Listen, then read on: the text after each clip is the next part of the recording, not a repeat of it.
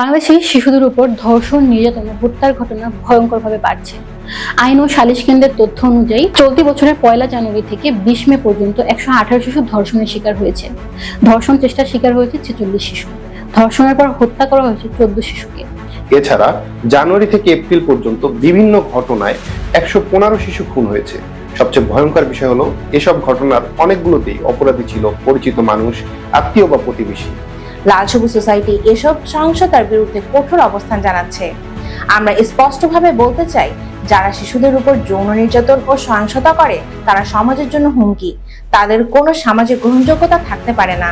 বছরের পর বছর বিচার ঝুলে থাকার কারণে অপরাধীরা ভয় পাচ্ছে না। তাই দ্রুত বিচার নিশ্চিত করতে হবে, কঠোর আইন প্রয়োগ করতে হবে। অপরাধী যেই হোক তার পরিচয়, ক্ষমতা বা প্রভাব দেখে নয়, অপরাধ দেখে বিচার করতে হবে। লাল সবুজ সোসাইটি সরকারের কাছে জোর দাবি জানাচ্ছে, নারী ও শিশুদের নিরাপত্তা নিশ্চিত করতে এখনই কার্যকর পদক্ষেপ নিশ্চিত করতে হবে। প্রতিটি শিশু যেন নিরাপদে বাঁচতে পারে, ভয় ছাড়া বড় হতে পারে, সেটি নিশ্চিত করা রাষ্ট্রের দায়িত্ব।